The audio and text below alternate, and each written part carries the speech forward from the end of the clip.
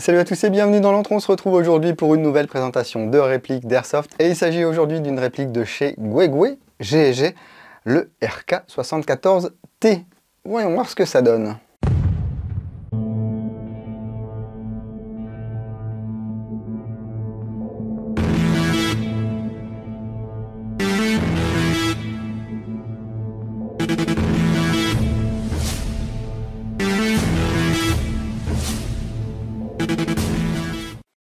Et comme d'habitude, avant de rentrer dans le vif du sujet, j'aimerais remercier chaleureusement toute l'équipe de chez Colombi Sport qui m'a envoyé cette réplique afin que je puisse vous la présenter. C'est une réplique qu'on trouve dans les boutiques entre 360 et 380 €. Ça dépend où vous allez. Et il ne s'agit pas là d'un combo, c'est-à-dire il n'y a que la réplique, il n'y a pas la batterie ni le chargeur. C'est une réplique qui est livrée dans sa boîte de chez Guigui, avec ici le petit autocollant RK74T, donc c'est une réplique d'AK74. Et ouvrons cette boîte pour découvrir, voilà, tous les accessoires ainsi que la réplique qui sont enchâssés dans une coque en polystyrène. Alors c'est pas le polystyrène blanc qui va se déglinguer au moindre choc et à la moindre pression. Ici c'est quand même un polystyrène d'un peu meilleure qualité. Lorsque vous allez ouvrir la boîte, normalement il n'y en aura pas partout. Et on voit que c'est verrouillé également avec des autres morceaux de polystyrène.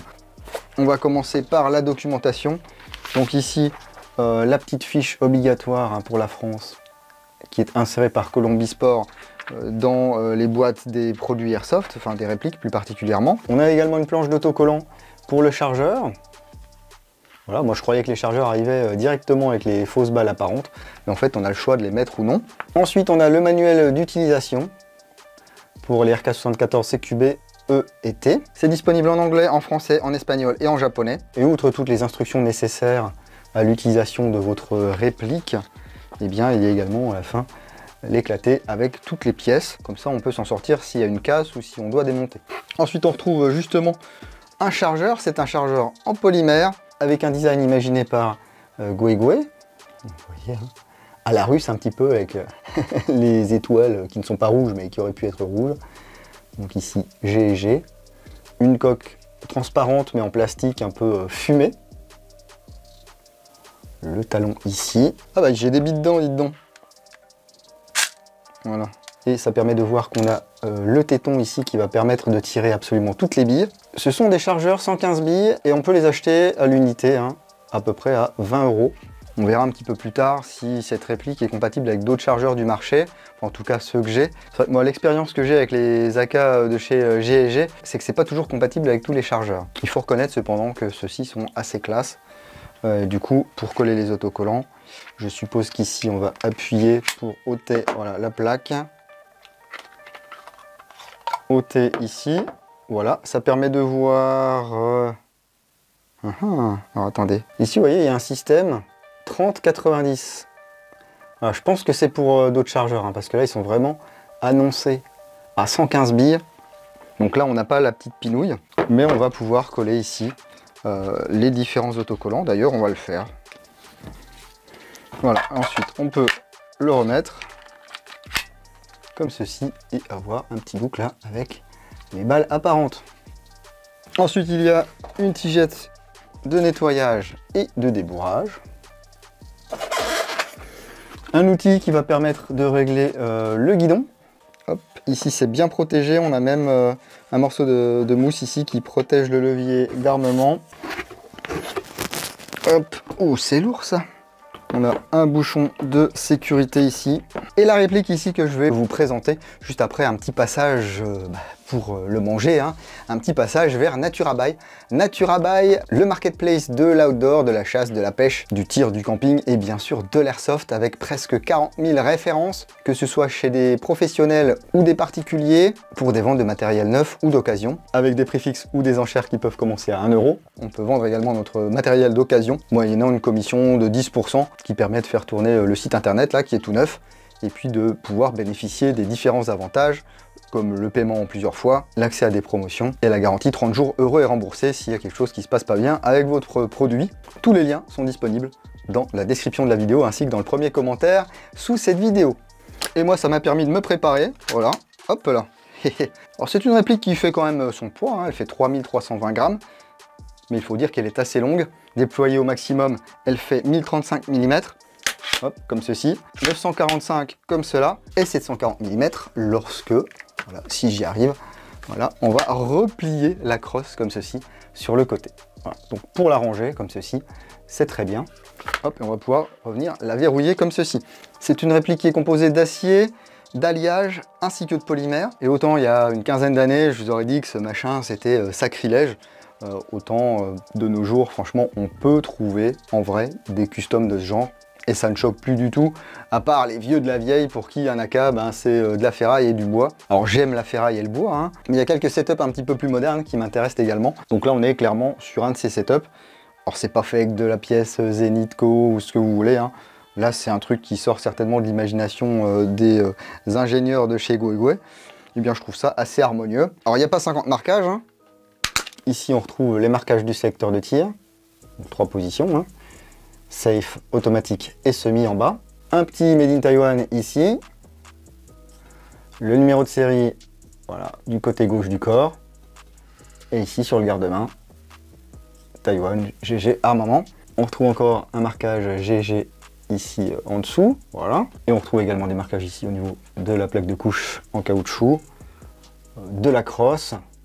Cette crosse qui est en polymère, avec des inserts en acier ici pour mettre des attaches-sangles QD, hein, Quick Detach. Un bouton ici pour libérer le compartiment à piles.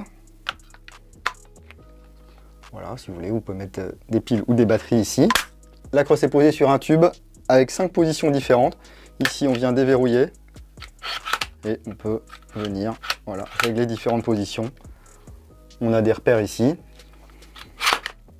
mais il n'y a pas de trou ici au niveau de la crosse. Donc si je la retire là, et bah, du coup on s'aperçoit que c'est pas une crosse 5 positions mais une crosse 6 positions. Voilà, donc contrairement à ce qui est notifié sur la fiche technique, on a bien 6 trous. La batterie ne va pas venir se brancher dans le tube de crosse malheureusement. Moi j'aurais préféré. Donc cette crosse on l'a vu qui pouvait se replier. Donc c'est un système de ressort, hein. Vous voyez ici et là. Donc on appuie comme ceci. Voilà, et on fait pivoter. Donc là, toujours attaché au pontet, le petit macaron avec le code à gratter pour pouvoir gagner des répliques au tirage au sort sur le site de GG. La poignée pistolet ici qui est ergonomique, elle est en plastique. Alors elle est grosse mais confortable. Voilà. Le sélecteur de tir ici, voilà, qu'on peut également actionner ici via cette petite palette.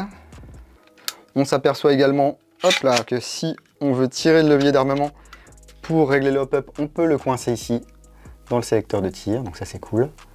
Ici on peut voir le hop-up, c'est un hop-up standard, hein, type AK, donc avec une réglette qui est accessible. Et j'ai l'impression qu'il y a des petits crans. Le levier d'armement va bien en arrière et il est ambidextre. Voilà, on a une tige ici à droite et on a une tige également à gauche à ce niveau-là.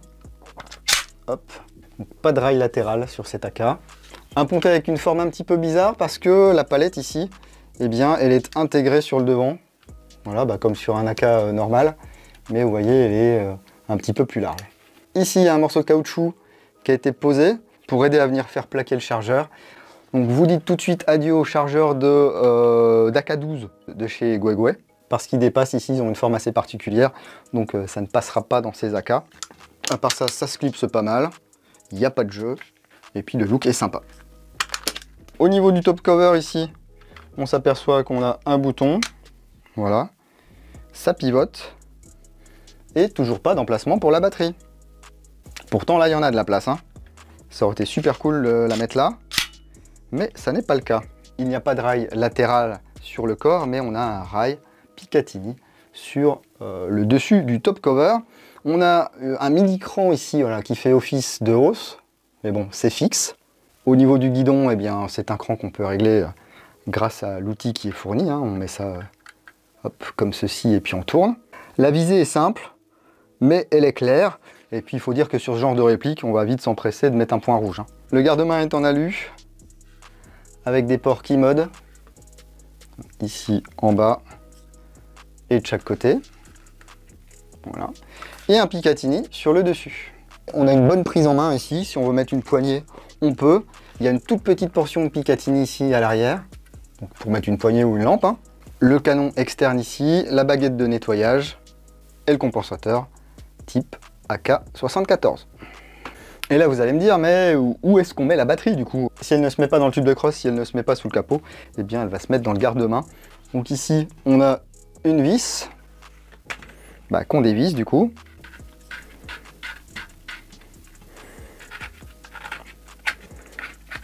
Voilà, ça libère ici, hop là, la partie supérieure. On a le MOSFET ici, enfin le TU, et la prise qui est en mini Tamiya. Et là, voilà, un compartiment plastique où on voit qu'on pourra mettre des nunchuk, 3 éléments, ou 2 éléments, ou 1 élément. Moi je vous avoue que j'aimerais bien renvoyer le câble vers l'arrière. Ça doit être faisable, mais pas pratique.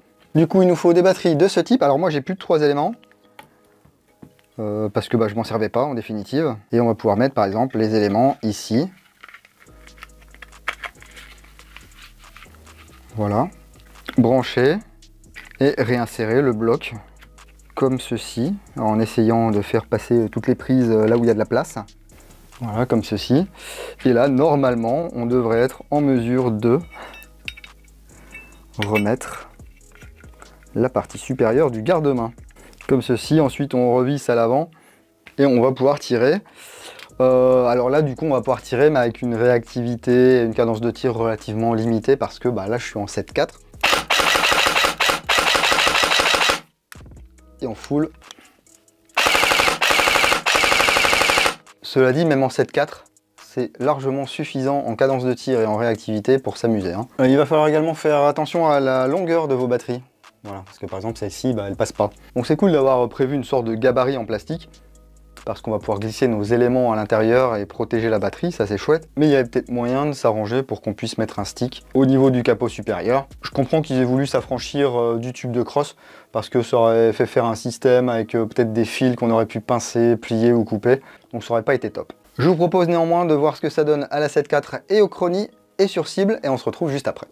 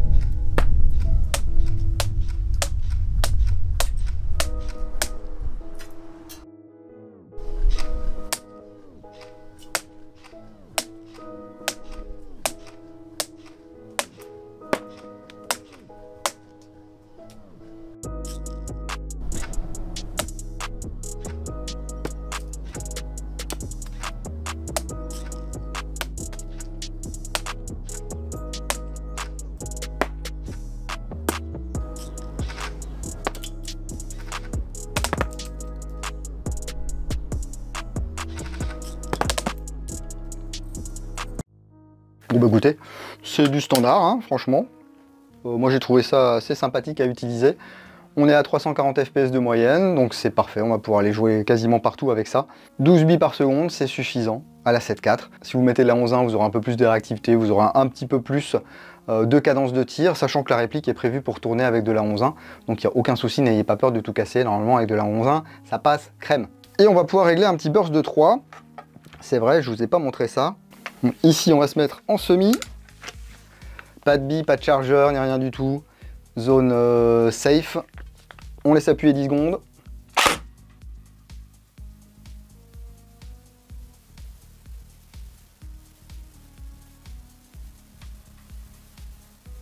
Alors, il n'y a pas de bip ni rien du tout. Et là, si je me remets en full, j'ai un tap burst de 3 billes. Je ne veux plus de mon burst de 3 billes. Même chose, semi, 10 secondes.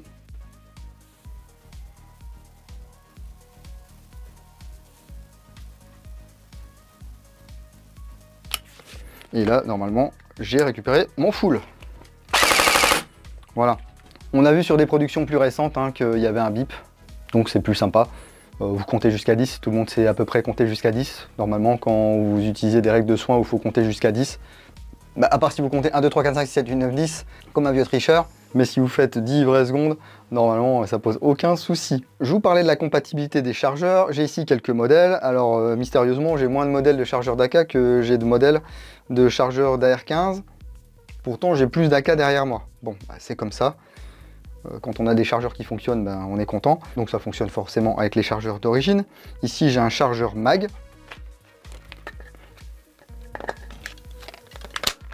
Eh bien, il s'enclenche. Un chargeur LCT.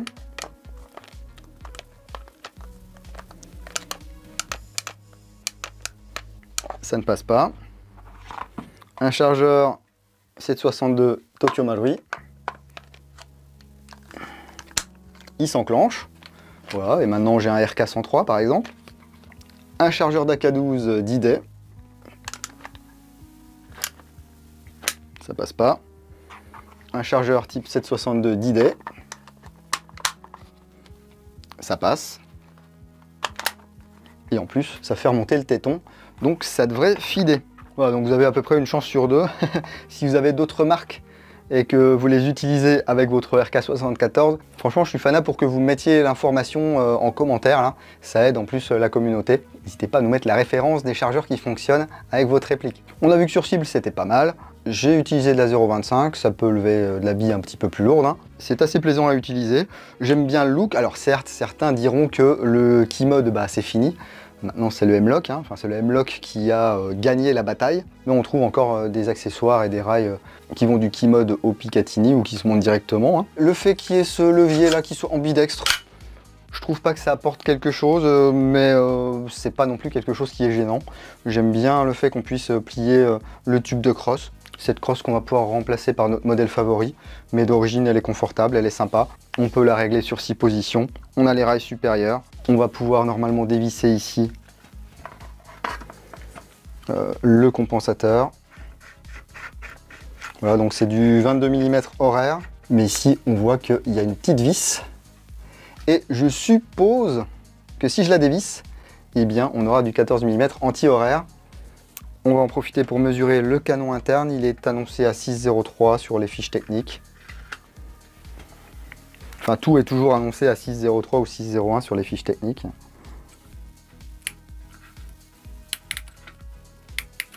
Oui, c'est du 6,05, hein. Mais par contre, c'est un bon vieux canon en laiton, bien lourd, bien lisse. Donc à part un petit coup de nettoyage, et si vous voulez repasser un petit coup de polissage, bah c'est pas la peine de mettre de l'argent dans un canon de remplacement, hein. J'aime bien également les chargeurs, voilà, avec leurs balles apparentes et puis leurs petites étoiles. Et également le fait qu'on va pouvoir tirer absolument toutes les billes. Donc ça c'est bien. Voilà, donc pour 360-370 €, ce que vous avez avec ce RK74T. Donc pour moi, il n'y a pas d'arnaque sur cette réplique. C'est une V3 à l'intérieur, il y a le TU. Peut-être modifier le câblage pour mettre la batterie sous le capot et pouvoir mettre un stick 11.1. Sinon, bah, un Nunchuk 3 éléments, pas trop long, ça passe. C'est prévu pour. Contrairement à d'autres répliques où il y a beaucoup moins de place, ou alors tu te dis ils n'ont pas prévu la place pour la batterie. Là, ça n'est pas le cas. Il y a vraiment un vrai emplacement pour la batterie. Voilà pour cette présentation. À vous maintenant de me donner vos avis et de me raconter vos expériences avec vos RK74, que ce soit ce modèle ou les autres, hein. Est-ce que vous en êtes content? Est-ce que vous n'en êtes pas content? Lorsque c'était sorti il y a quelques années, les premiers commentaires que j'avais vus étaient assez sympas avec les répliques, hein. Les gens qui les avaient achetés en étaient très contents. Donc bah, si c'est le cas ou si ce n'est pas le cas, exprimez-vous dans les commentaires de cette vidéo. Et si justement vous avez aimé cette vidéo, n'hésitez pas à mettre le petit pouce vers le haut qui va bien. Si vous n'avez pas aimé, le petit pouce vers le bas. Un petit commentaire, un partage, ça aide vachement la chaîne. Et pour encore plus de soutien, vous pouvez vous abonner, c'est gratuit. Et vous pouvez même activer les notifications qui, quand ça fonctionne, vous diront si oui ou non j'ai sorti une nouvelle vidéo. Mais pour être sûr de ne rien louper, je vous invite à me suivre sur Facebook, sur Instagram, sur Twitch et sur www.l'entredudingo.com. Merci beaucoup à toutes les personnes qui utilisent tous les liens qui sont dans la description de la vidéo, que ce soit les liens avec les réductions vers différentes boutiques, que ce soit des liens affiliés ou non. Et je remercie également tous mes tipeurs du mois d'août. Août a été en plus assez calme pour diverses raisons. On va reprendre notre rythme de croisière à partir du mois de septembre. Et je peux vous assurer qu'il va y avoir des trucs assez sympas dans l'antre. Et ça, c'est très motivant pour moi. Et je l'espère également pour vous. Prenez soin de vous. Si vous allez en jeu le week-end prochain, n'oubliez pas, Jouez sérieusement mais sans vous prendre au sérieux, et moi je vous dis à bientôt dans l'entre du Dingo. Bise.